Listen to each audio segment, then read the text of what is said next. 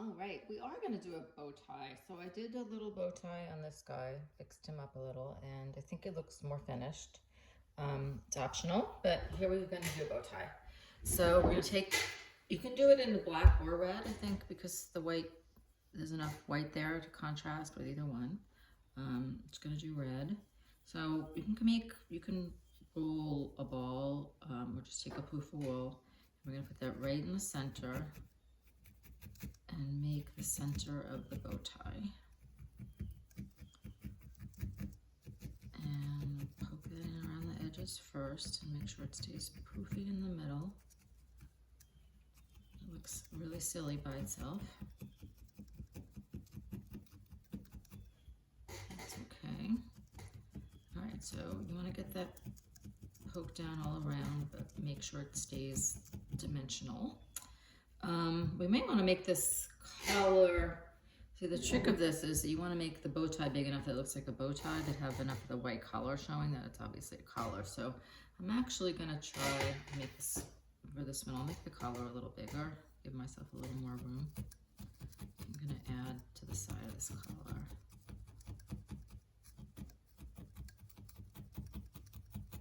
That's with the bright white.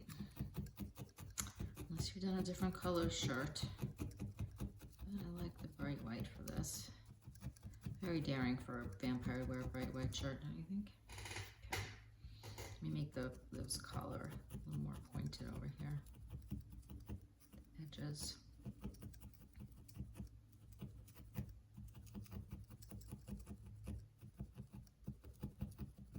I don't think you need to make the collar this big if you're not making a bow tie, but it pays to have a bigger collar if you're making a bow tie.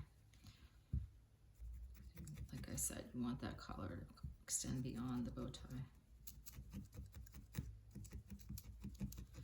Okay, other side a little bigger.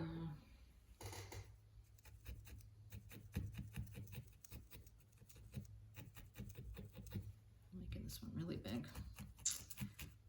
Okay. Get a little poked in under the neck.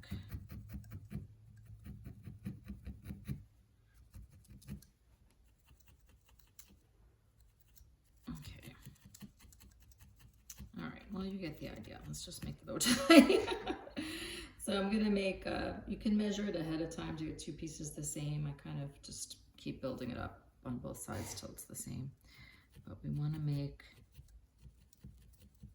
these kind of trapezoid shapes on either side that have enough, we wanna have that go down in the middle and then up so that you get the idea of it being a bow.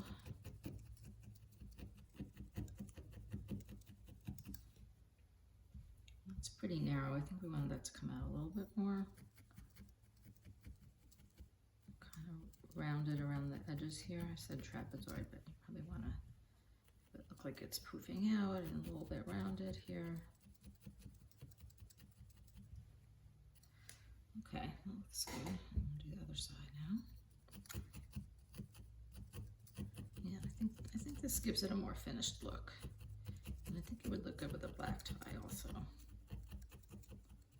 Maybe even better.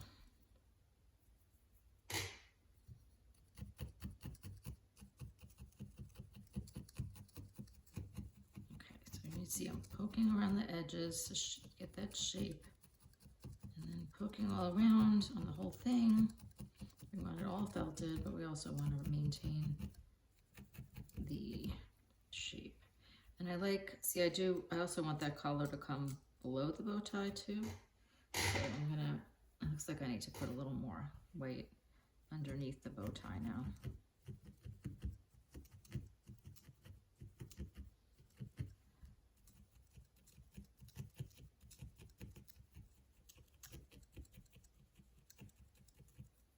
Okay, and the other side too. A little bit of white underneath to more define the collar. All right, so let's see how this is looking. I want to work on that collar a little more. All right, I'm just looking, this bow tie Now this side still needs to come down more. It's like higher on this side than this side. So a little more, which means it's gonna come down to the collar again, which is okay. I think as long as it's recognizably a bow tie and collar and all this other stuff, it's okay if it's a little